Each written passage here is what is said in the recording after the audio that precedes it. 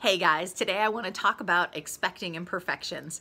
And this may seem kind of an odd topic, but what I've found is that so many of us waste time and energy being frustrated with ourselves for not living up to these ridiculously high expectations that we have. We have an expectation of perfection that literally only Jesus could achieve.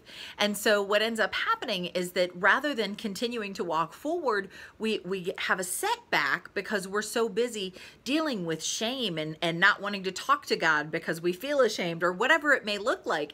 And so in reality, we need to adjust our expectations to align with God's, because God is not expecting perfection from us.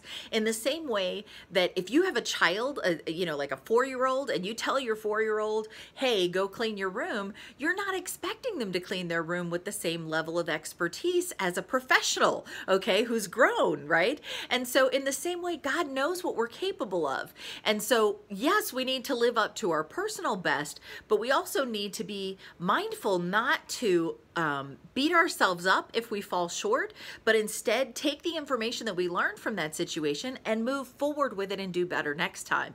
And that actually then uses the information from our failure and turns it into a positive thing. Because guys, it really, our desire to get it perfect in a lot of ways is a form of vanity, right? Because we want to be perfect because we want to be able to have that flawlessness, but God is glorified through the fact that he actually works through flawed and imperfect vessels and still manages to achieve his greater plan, right? And that actually gives him the glory, because it's not that I'm so fabulous and so God's able to work through me. It's the fact that I'm a broken mess and God is still able to work through me, right? And so I'm not receiving the glory in that, he is, right? So allow him to have that glory, and don't get down on yourself because of the fact that you've messed up. Now, I'm not saying like just be like flippant and be like, well, I did that imperfectly, and just kind of not care about it, not care about putting the effort in.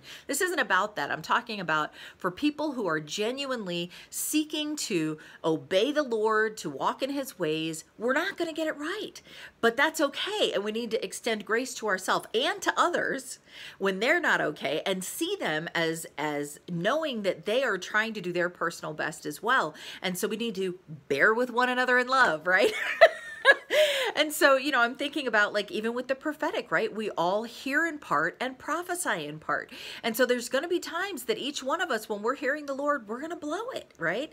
But we have to remember his ability to guide us exceeds our ability to screw it up. And this is something that I have shared multiple times for those of you who follow me, because this was a huge epiphany for me. Because basically, if you think of like a GPS, okay? And so when you put in 2 points and you're going from point A to point B, it may give you 3 different routes, right? And you may pick a route, right? Which first of all could be like the perfect, good, and acceptable will of God, right? So there's multiple ways that God can, achieve his will. And so, but if you are on one of those paths and you hit a detour, it's not like when you have to turn away that you're like, well, I guess I can't get to the other point. No, you just find another way to get there, right? And so God's ability to guide us, to steer us through that process and get us to point B far exceeds our ability to mess it up. And so for us to think that, when we are attempting to be obedient and attempting to walk in his ways, that our ability to screw it up exceeds his ability to guide us, that's pride. I mean, I know that sounds backwards because it seems like it's humility, but it's a false humility, because what we're saying is, I can mess it up more than God can guide me. Really? You have that kind of power?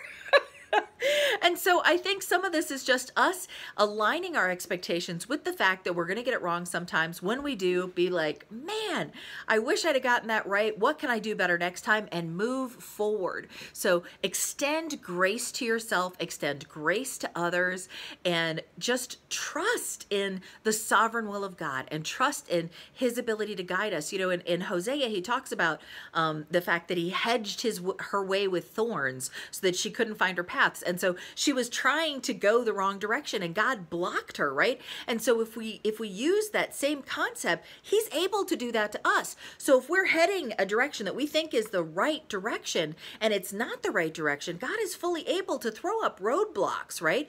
And so if you are moving forward in something and you're achieving opposition, don't immediately assume it's the enemy. We hear that a lot, where the enemy did this and the enemy did that, and that's a whole different thing, because I talk about that in a different one of my blogs, where I'm like, don't praise other gods, because when you're talking about what the enemy's doing, that's what you're doing. You're praising other gods. But God is sovereign, right? So if you're having opposition, you need to pause and ask him, am I having opposition here because this is not the direction you want me to take? Is this a hedge that you're throwing up? Or is this you testing my strength to see if my persistence and steadfastness will continue to press through here? But again, it's a question that needs to be asked.